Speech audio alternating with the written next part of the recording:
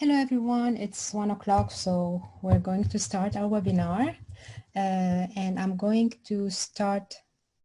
Okay, so we are recording. First of all, let me introduce myself. My name is Suha Tamim and I'm the President-elect for the Systems Thinking and Change Division at AECT. We are so excited to host our first webinar this year. We have Dr. Sheila Murphy from Arizona State University and Tracey Regenold. Suha, can you hear me? Yes. Can you hear me? I cannot hear you. Okay. Can anybody hear me? Yes. Yes, I can hear you. Okay. Yes. Can you hear me better now, Tracey? Tracey? Okay. Anyway, I'll go on and give them the mic after that. So yeah, and I'll let them introduce themselves a little bit more. So they're going to tell us about, how to translate theory to practice, systems thinking and instructional design. So first, thank you all for attending. We have a great turnout. We have 24 participants. That's really great. So like the biggest ever we've had. This session is going to be interactive and Tracey and Sheila are going to ask us questions. So please post your, because we are a big group, we're going to use the chat box to answer the questions and then I will give your answers to them and we'll go that way. And I want to remind you to mute your microphone so we don't have an echo as they speak. And okay, so Sybil is saying something about, let me read what Sybil, she said she had to switch to my system audio under the microphone icon at the bottom. So make sure you are using the right microphone and the right speaker in order to hear. Okay, Sheila and Tracey, are you ready? Yes, we're ready. All right, take over. Okay. Hello and welcome to everyone. My name is Tracey Regenold and Sheila Murphy and I will be presenting today's webinar on translating theory to practice, systems thinking in instructional design. Now, Sheila is a faculty member at Arizona State University in the School of Public Affairs, where she teaches a professional development program for public managers. And I am a PhD student at Old Dominion University, where I am studying workforce education. Technically, it's occupational and technical studies. Sheila and I work together in Phoenix, Arizona as management consultants for public administrators in state, local, and tribal.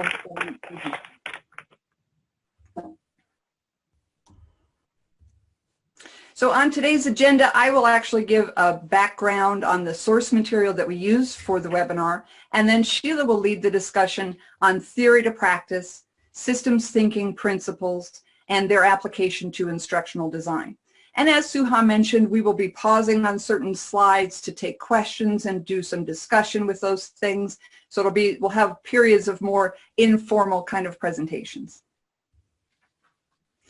So if you think about systems theory across different disciplines, across these fields, as I said, Sheila and I are management consultants, so we are more familiar with the fields of human resource development, business, and government. We do instructional design as part of our work, so we're also familiar with education.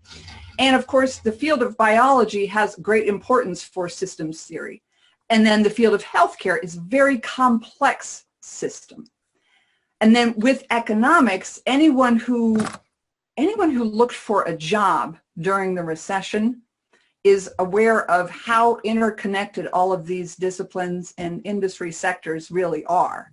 So we see that systems theory can actually cross many different disciplines, yet at the same time, if you think about it, each one of these fields does systems thinking in a little slightly different way. So if you look at certain fields in systems thinking, how that's applied, then you would see that there are different terminologies probably used, that there are different environments certainly that they're concerned with, and that there's different contextual concerns that each field has.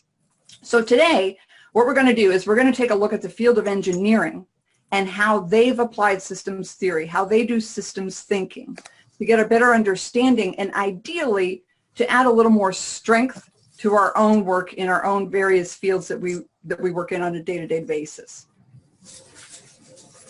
So why engineering though is because several years ago I read Thomas Gilbert's book on human competence in engineering worthy performance.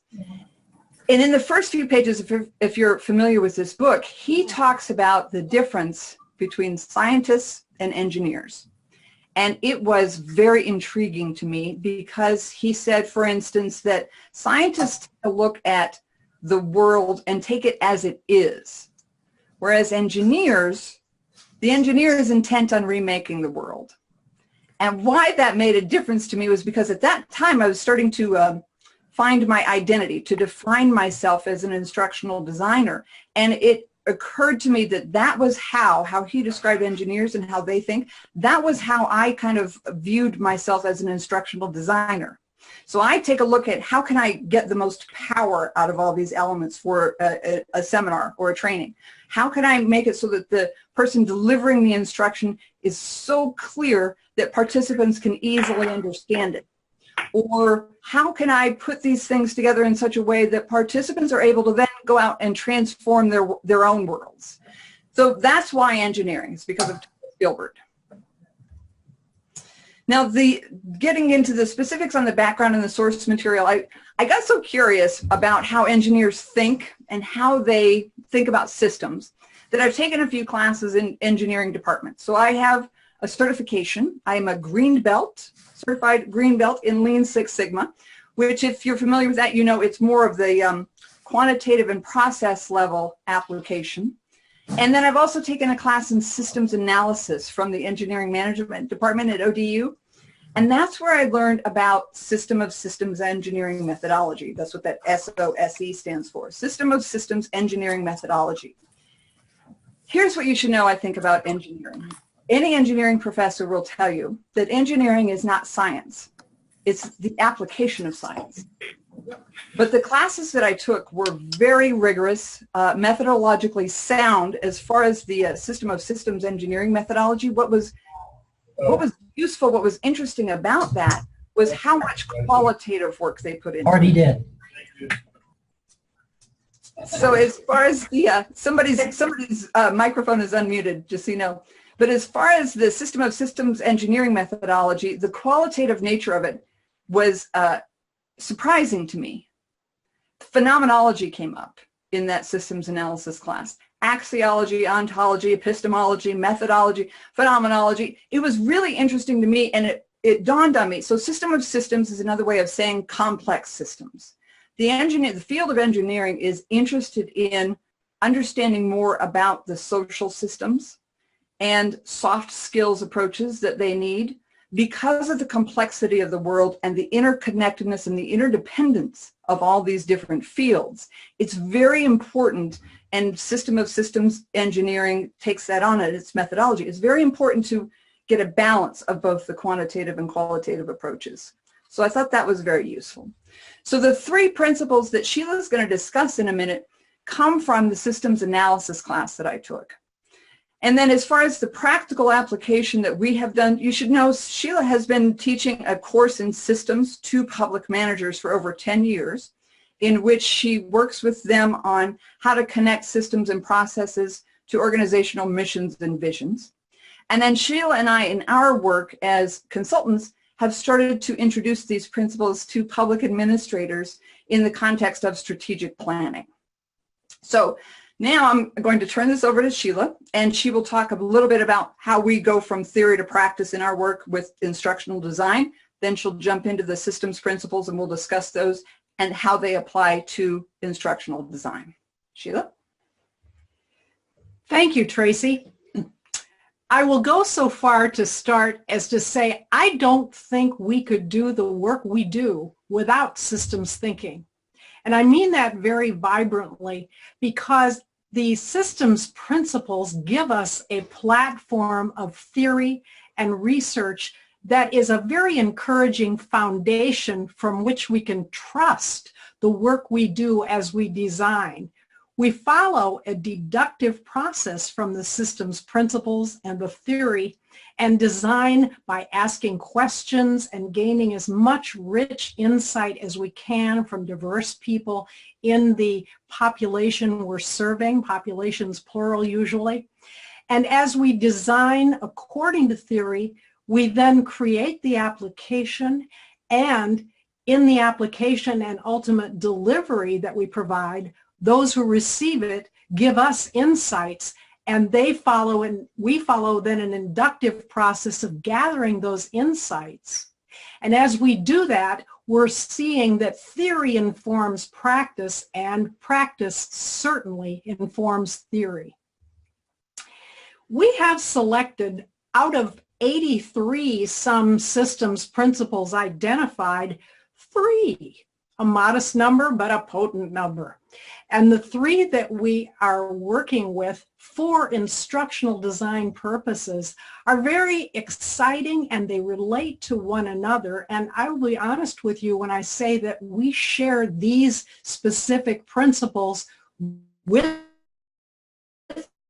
the learners in our doing organizational design. And people find this very exciting. More on that later. But the 3 principles, the first is the law of consequent production. And that philosophy, that systems principle informs what we all know as needs assessment in our instructional design work. Complementarity, the second of the 3 principles, informs learner analysis. And it positions us to find out more. And we'll get into the specifics of each of these in just a few moments.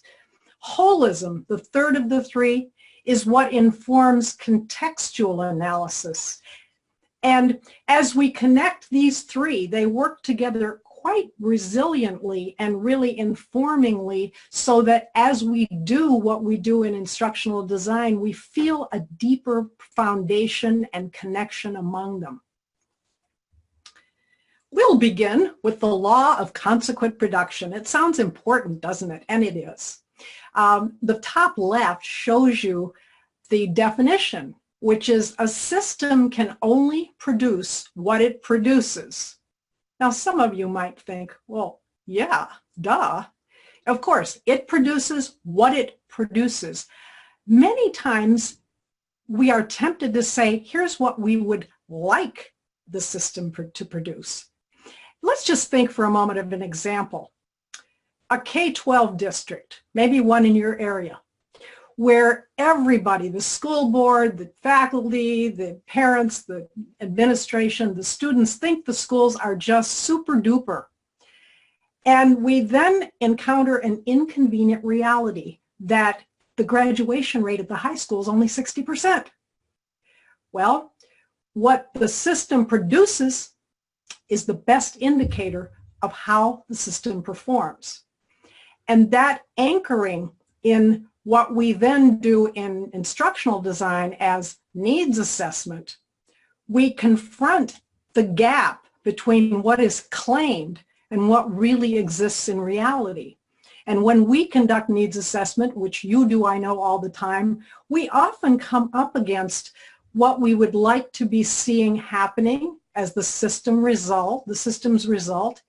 And we're hearing some breakdown in communication. We're seeing from some of the recent needs assessment, in my mind, we found out that people needed some information they weren't getting, that perhaps some of the stakeholders weren't part of the dialogue at the front end as to what was being configured for the system.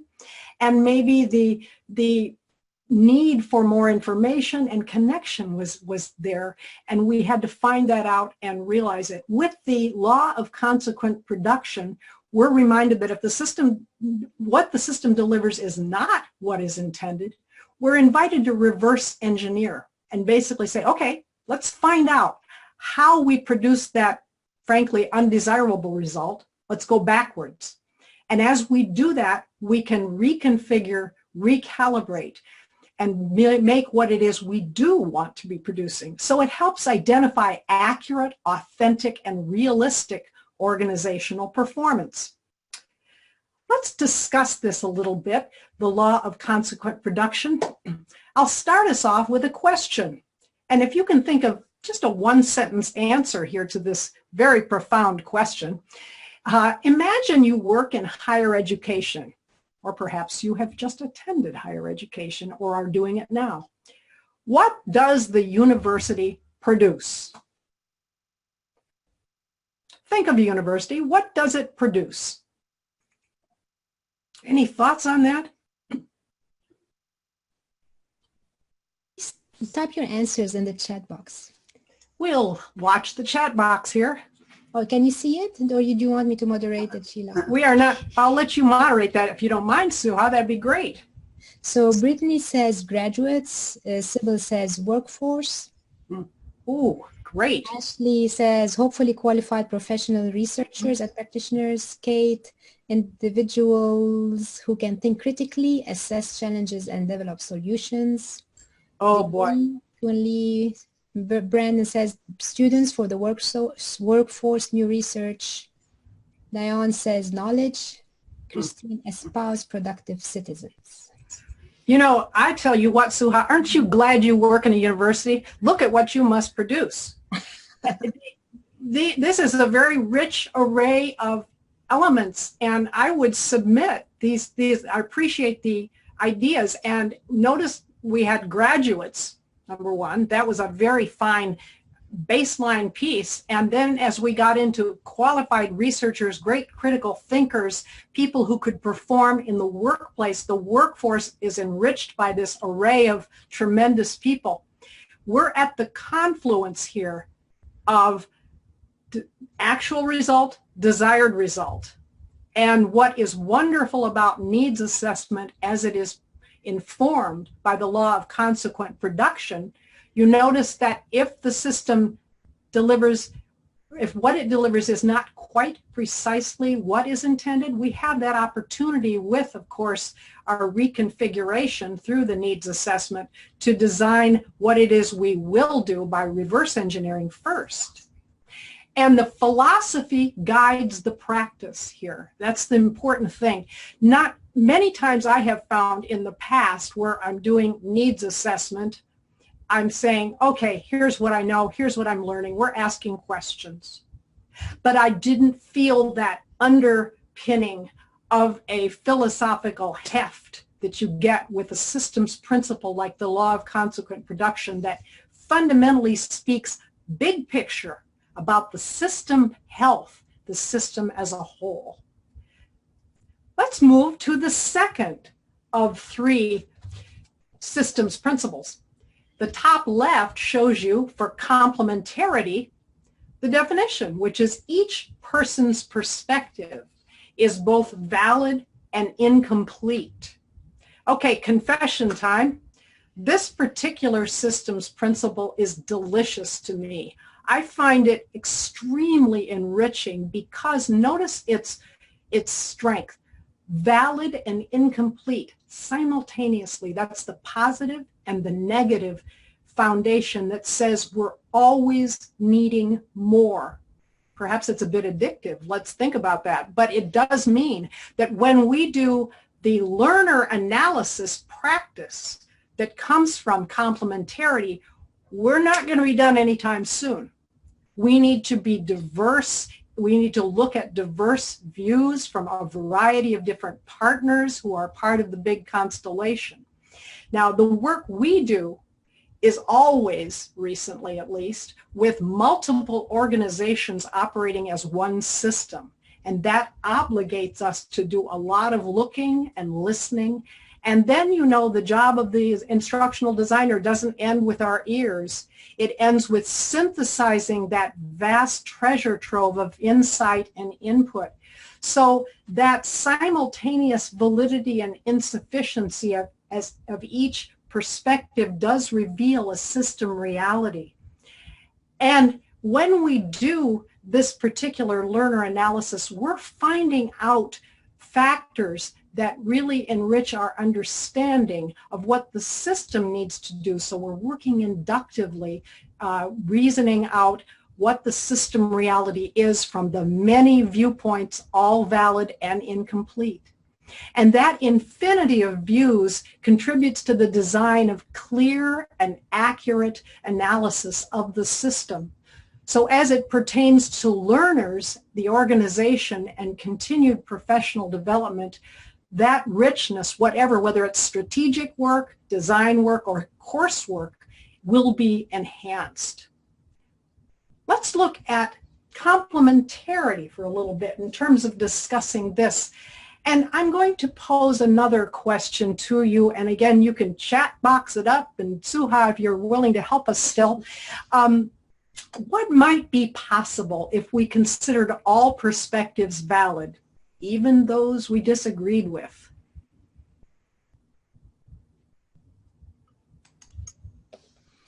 Multi-voicedness, Leroy is saying. Ashley, respect and civility for all people. Yes. Very helpful, Ashley. And, you know, in this current environment, the outer environment where we find ourselves, everyone, we are challenged. I need not tell you, the kind of work we do, we are often very enriched by the fact that there are many viewpoints. And when we look at the different views, the simultaneous validity and insufficiency of them, the question asks, you know, even those we disagreed with. And civility, as Ashley points out, is so critical. One of the most vibrant aspects of hearing from people you disagree with is knowing that, as Hegel told us, there is a synthesis somewhere, okay? Thesis, antithesis, synthesis, we'll find it.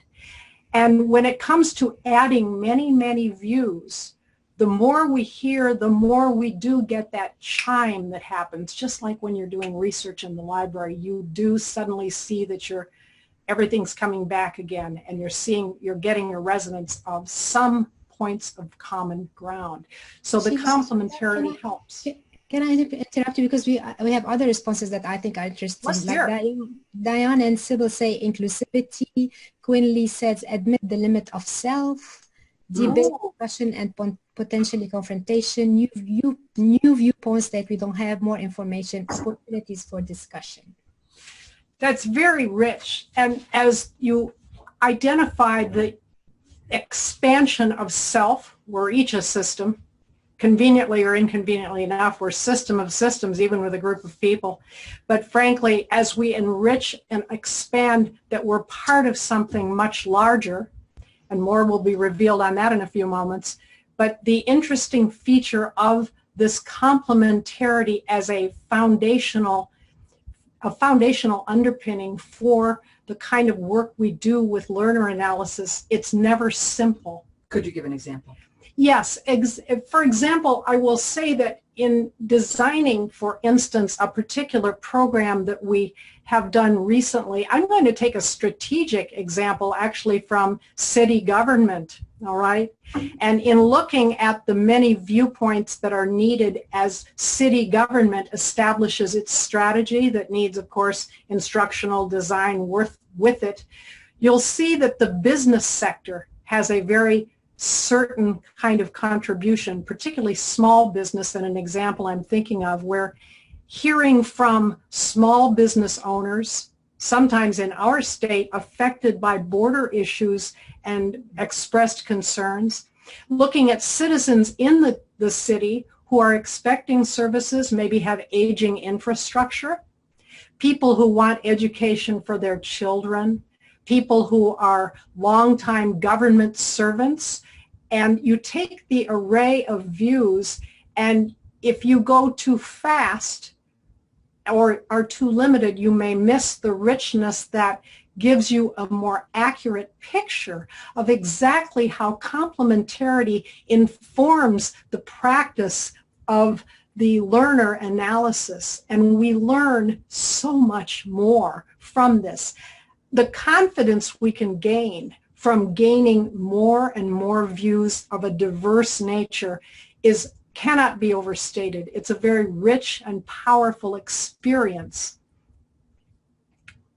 Other perspectives, Suha, that may be pouring in? I think we're losing your sound, Suha.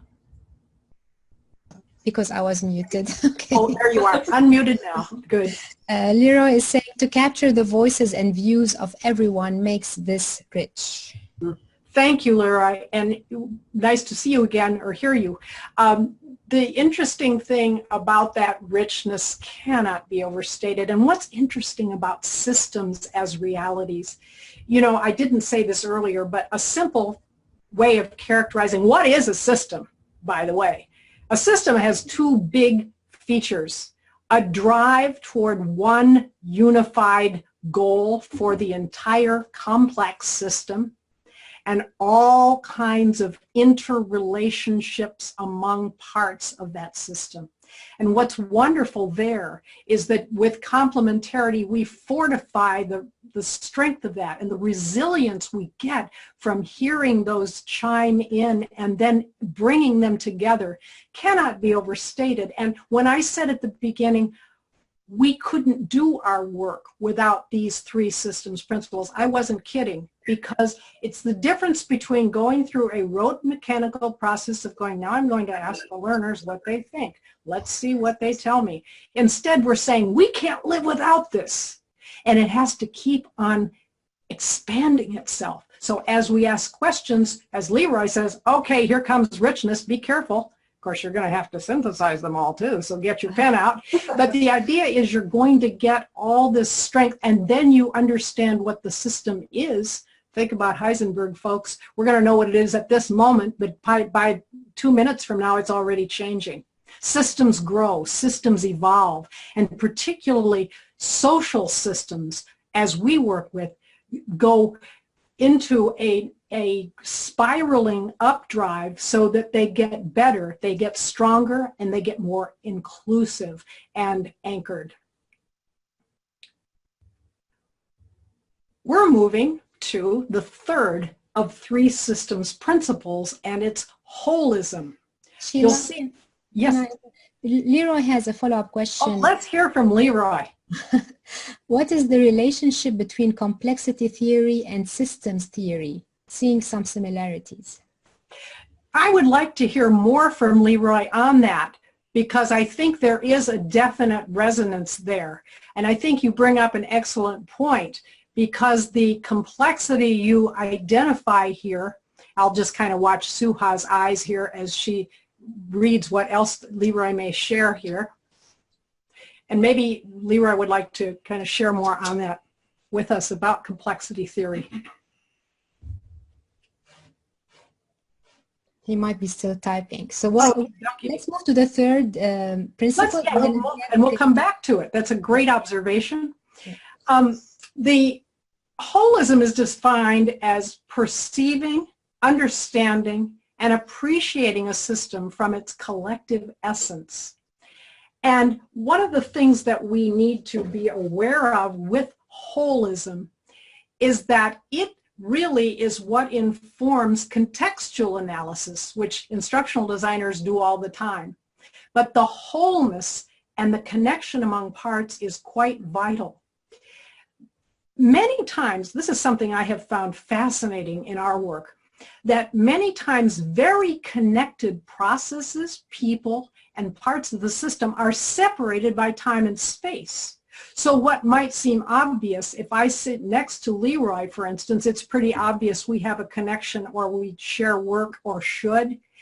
And if I find Ashley miles from where I am, maybe thousands of miles, and we are still anchored in our connective work, we need to be aware of that time and space issue. I am frequently working with people who are in Europe and trying to get our times aligned for sessions such as this. So the idea is, in our work, in the organizations, we find that people are often not obviously connected in their work. Processes are often not obviously connected. And so that gap is something to realize. Now, with contextual analysis, let's think about that for a moment. The principle of holism informs the practice of contextual analysis. And how that really works is we need to know how the learner is situated.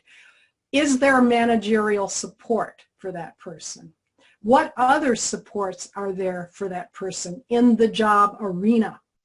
Another feature that is a part of contextual analysis that I know you think about, but particularly in our strategic work, large scale, we notice that the mission, vision, and values of an organization are part of what we learn in contextual analysis. So it's vital to systems thinking to look at the nonlinear and inclusive pieces that allow for an urge, a kind of an emergence, or things that we wouldn't expect, some new insights.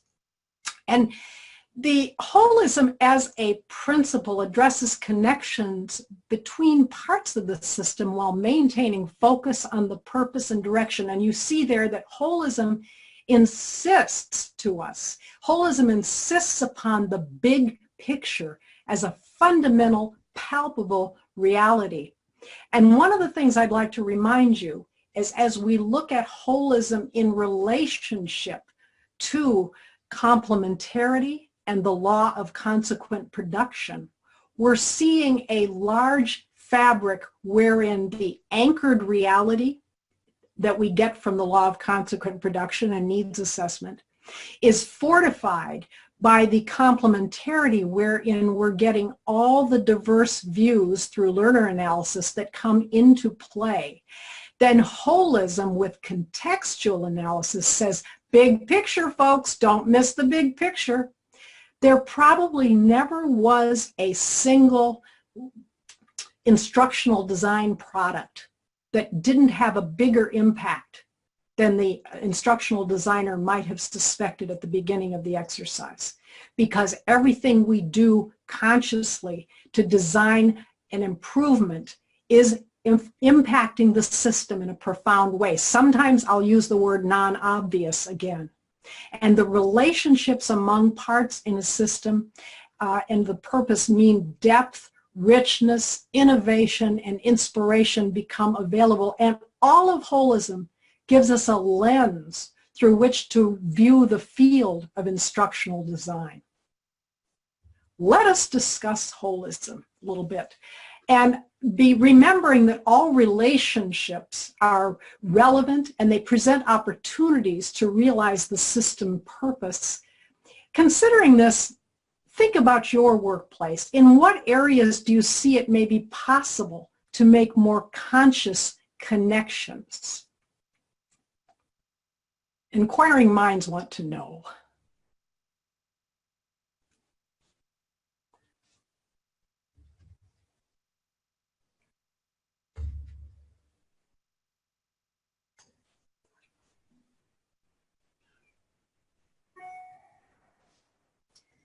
Okay, let me put my glasses. The Associated Press is rolling in, Suha.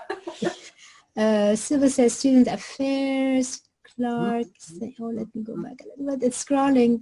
Just a second. Student affairs outside of work through society's network, communicating that behavior change is the workplace will not only be the results of taking a course, but support in the workplace. Wow. Safety group initiatives to ensure safe practices, and strategic, the community around the campus, and strategic planning. Wow. By the way, Arizona State University has a really large-scale initiative on student success, as like many universities.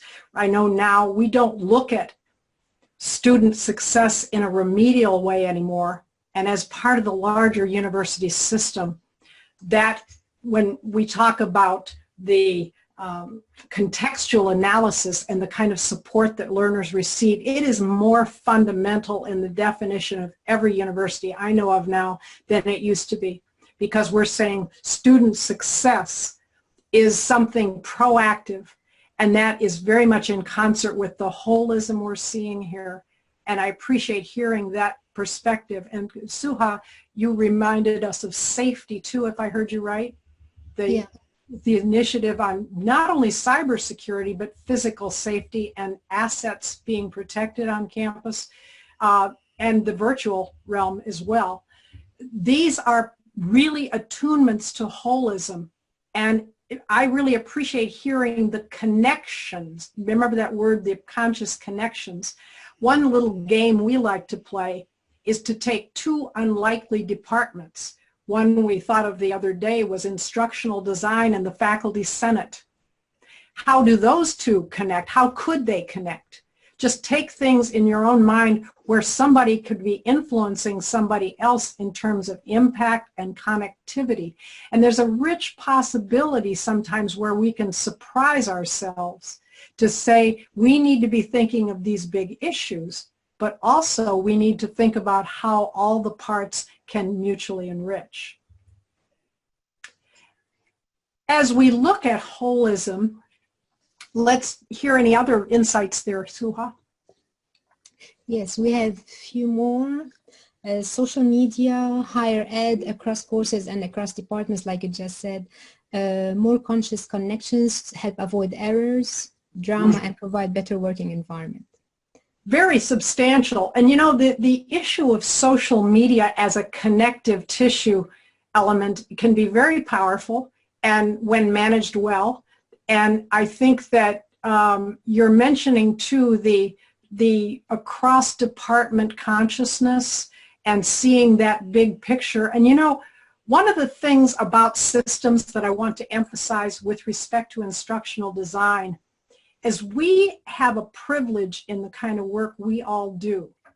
We establish in an engineering mindset here with this trio of systems principles, the law of consequent production for reality, complementarity for inclusiveness, and holism for total big picture awareness as we together drive toward one purpose. We are often allowed to do something specific that will have impact, but we don't know how much impact. And when we do something really well, it fosters much more reflection. It fosters much more conscious and informed awareness of how we produce what we do together. One of the realities of systems is that it is a work in progress, but it holds together. And all of these principles help strengthen the system as an energizing entity that can stimulate refinement of itself. More Suha? No, I think the chat is resting for now. Okay, the chat is resting. Okay, the defense rests.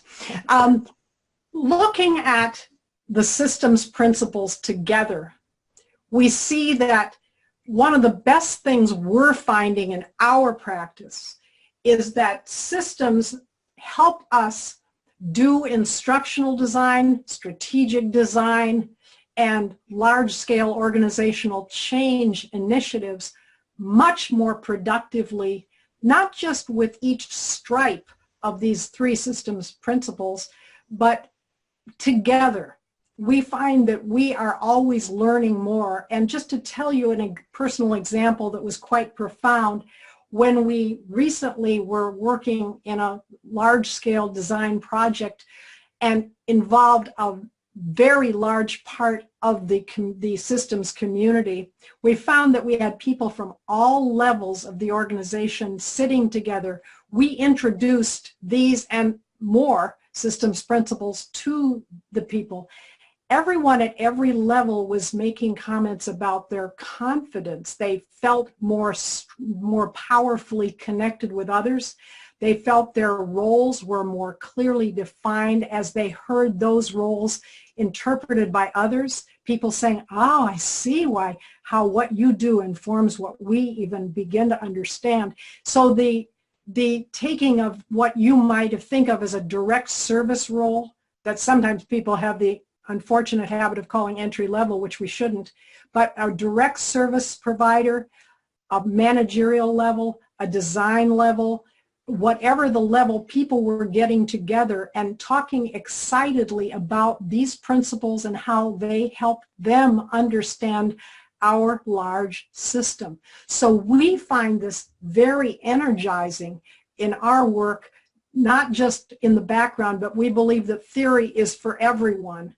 And as we work together with others, it's a mutual, as I said, it's both theory enriches practice, practice enriches theory. So we encourage you to have fun with this as we do and let the doors fly open and enjoy applying systems thinking to instructional design work. You'll have your way of doing this. We have ours, and we're learning all the time, and I hope that it's the same for you.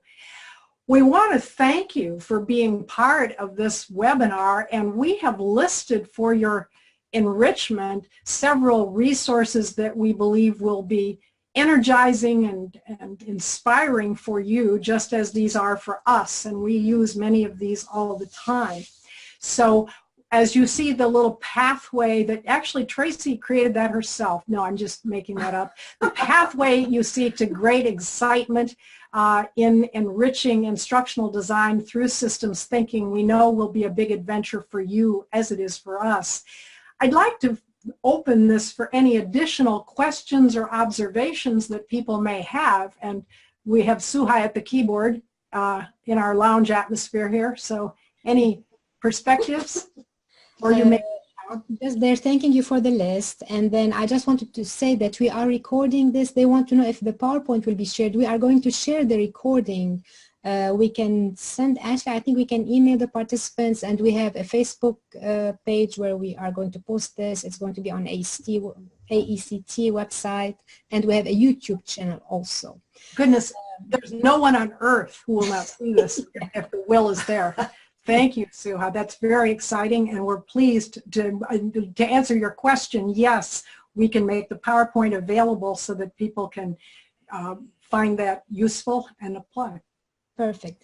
I'm going to, as we wait for questions, I have a question, Sheila, for you and Tracey. So this is beautiful, thank you so much. But it's, you know, it's like the systems thinking. So when you are consulting on a project, you are, of course, you know, tasked with kind of finding a solution for a complex problem. So how do you navigate this holism kind of principle with the granularity of each of the components that interact? So it's a difficult task. So that's an extraordinary question, Suha, because as we know, let's just take that directly and say that systems change is very complex, as you're acknowledging, involving who's participating, whose knowledge is there and enriching. One of the things that we have to be conscious of is at the process level, where much change is in place. There's a lot of process analysis and many tools for process analysis.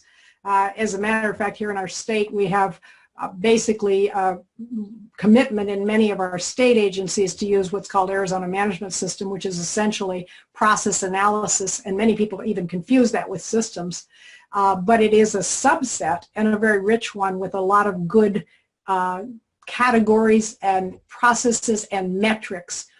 One of the things we do more directly, in your answer to your question, when we do strategic work, we engage in looking at goals that are fortifying the large system aim and have multi-layered goal work groups, for example, who are working on defining, designing, and applying processes and goal support, so actions, metrics, timelines, and the like, fleshing out the strategic plan. So that is a big initiative. What happens is we try to focus, when we're working on some very narrow initiative, we try to connect it and its impact to the larger system result. That's a big piece of it. And if I may, also the system purpose, Suha. So if we identify that early on, then that will guide us as far as the keeping an eye on the holistic nature of it. And then also the law of consequent production I find very useful. What is the system producing? Those two things are kind of my parameters for the work that we do. And I hope, does that give you a sense of where we're coming from on that question, Suha? yes, Sheila, thank you. And we have other questions. Great. All right, let me go back a little bit. Leroy said, this was very insightful. I'm now able to see the similarities with complexities theory. The idea of self-organizing and the emergence of subsystems makes this rich. Well, Leroy's right on point with some other systems principles that I couldn't wait to start talking about, but we held back a little bit. It's very exciting. But self-organizing is a big deal, and absolutely right. And emergence is Tracey's personal favorite. That's right. And so, thank you. And then Monica has a question. What do you recommend to instructional designers who might feel overwhelmed with holism? You know, Monica, I would say that if you can anchor holism in the single sentence of the organization's main goal, it will comfort you, or main purpose. I know that that sounds like a big block of cheese, but in fact, what's interesting is I find it comforting to look at that reality, because that's the entire matter around which all these connected parts are attracted and support and sustain. And if you put together 3 or 4 questions for yourself when you're designing and say, whom does this initiative impact? What is the greatest possible result that our instructional design element will provide to the big system picture, realizing that one purpose? And what must people be aware of as they expand the insights and as they expand the understanding of what they do and how they must connect with others? Questions just like those, if you can position those for yourself either on the side of what you're designing or right embedded in that work, you keep reminding yourself of that single integral purpose, and you pull the pieces in as they magnetize toward that, and the purpose is fortified by that heft and strength of connectivity beneath that comes from complementarity and comes from the law of consequent production as well, realism. I hope that helps. May I say something? Yes, Tracey. I also, I think I put it on the list of, yes, I also recommend Checklin's work on soft systems methodology for, like Sheila was talking about, the one sentence purpose. There's something that Checklin devised called CATWO analysis that helps to come up with that one sentence definition of a system and its purpose. So that's very useful. Very helpful. And other questions? Leroy again is just like commenting. He's saying that system is the reality and parts is only valid in their own right, and the integral purpose is strengthened by the push and pull and distortions. Leroy, it's poetic what you say. It's powerful, because that is that ebb and flow, that push and pull, and the reality that this is vibratory. Systems are alive. Whether we know it or not, they're alive. And we see how human complex systems evolve, change, strengthen, and more is always revealed as we engage. And a snapshot at any moment in time, I mentioned Heisenberg, we're seeing a vibrant reality that will grow, will change. And as you say, that integral interplay is a part of how this works. It's really a good observation. Yeah, he's saying, just getting my mind in motion. Thank you so much. I'm now into this. All right, Leroy, that's right where you belong. Okay. And then Brian was saying, a lot of this information is very helpful for the change management initiatives we are exploring at the company I work at, especially the holism aspect. Boy, change initiatives, Brian. Woo! I think that meaningful change, Tracey and I say this all the time, that meaningful change, when we see it in the framework of systems thinking, and just these 3 principles alone help us see how strong the connections are, and the production of results, we're absolutely fastened to the importance of that, because we can never just let that slide.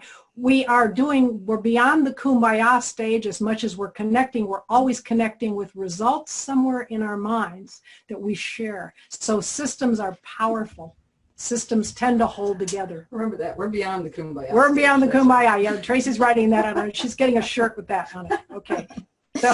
And then Monica said, actually, it also drew my attention when you mentioned magnetism. So Monica is saying, I love the idea of having a core that provides magnetism to keep elements together. Oh, it's such an excitement. And, you know, there's a magnetic property about systems reality, and it is very, very powerful. people.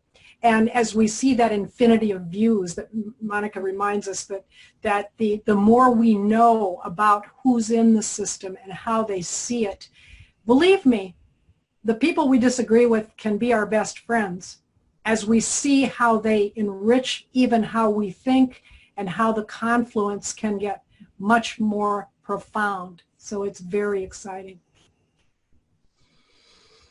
Yeah, well, thank you. I don't see any more questions. Is there Well, anything thank you. Yeah, we're almost, yeah, actually Brian is saying, Leroy, everybody's thanking you, and Leroy said, I wish I took notes. Leroy, we're recording this so you can view the webinar. You can watch it many times. It's going to be a cult movie. Yes, it's like Rocky Horror, you know.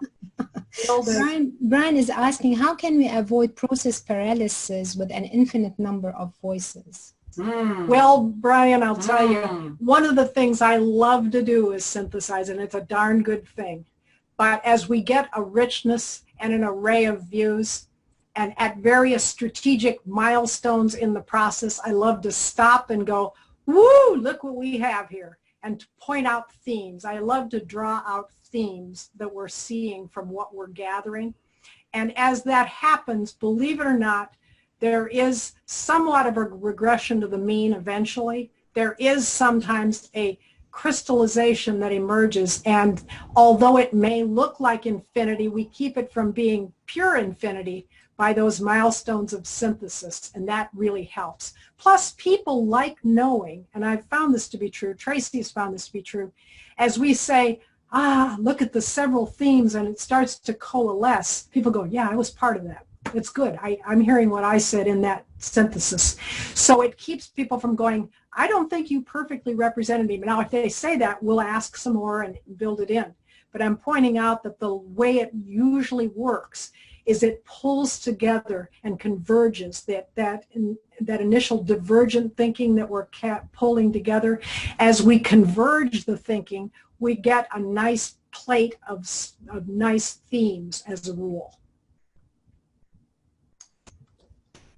Well, more thanks are coming through the chat box. More thanks. We love the chat box for many reasons, and that's one of them. And Brian says it makes sense to him. Thank you. Thank you, Brian. Is there, if you have more questions, please post them in the chat box, or we will be wrapping up soon. Oh, I'm from Brandon. I'm like a big text. Okay, back to complementarity. Everyone has a perspective in which reality is based. It seems easy for it to become an input-output loop where group feeds itself reality. Leroy mentions distortions, Brian mentions infinite, which become our reality. Do you all have any best practices in including perspectives? It seems very qualitative at first, but are the themes you mentioned quantifiable? Yes, they are quantifiable, number one. And one of the things you can do is to create ranges and create, I mean, we can do scales out of qualitative elements. And you can also make sure to go outside the organization, yes, outside whatever system, yes, you have, and get different stakeholder, yes, perspectives. You always surely can, because going outside, as Tracey's pointing out, to get different stakeholder perspectives, to keep from inbreeding, which is the issue here. We want to keep from just a group think where we're all going, yeah, nod. We're actually looking at expansion, validation, for one thing. If you're looking at validity, you're going to go way beyond face validity. As you look at the externals, do some comparisons. You can also scale qualitative insights as well. And there are different things as you need to. We do a lot of rather detailed work with qualitative analysis and do a lot of very nuanced streams and transcript work and so forth. So there are many things that can be done with that is the short answer. Benchmarking, oh, okay. Benchmarking in comparative companies areas. Yes. And then Monica says, I suggest that we have a follow-up webinars to go deeper in each one of these big ideas. Well, this is lovely. And there's so much opportunity to study this. And I have shared with Tracey and she with me. She's actually shown me, and I've just said it, that you could spend in some fields of endeavor. You go into a field, you study it for 10 years, and you feel as though you know an awful lot about it. With systems, you know you don't. And I would submit that this is why some species have 9 lives, because they want to study systems. Because you need many lives to go through all the systems literature. You need to be observing it yourself. And it's a pursuit that even transcends a lifetime. I will say that. It's a very exciting and energizing pursuit. That's why we love it, and that's why we have to live very long. Well, Sheila, thank you for affirming, because many of us who are getting into the systems thinking kind of thing, we feel like at a loss, and now you're affirming why we feel at a loss sometimes. We'll all feel that way, but very excited as we do it. Yes. We can share it as in complementarity. Yes. Yeah. Well, I think we don't have any more questions.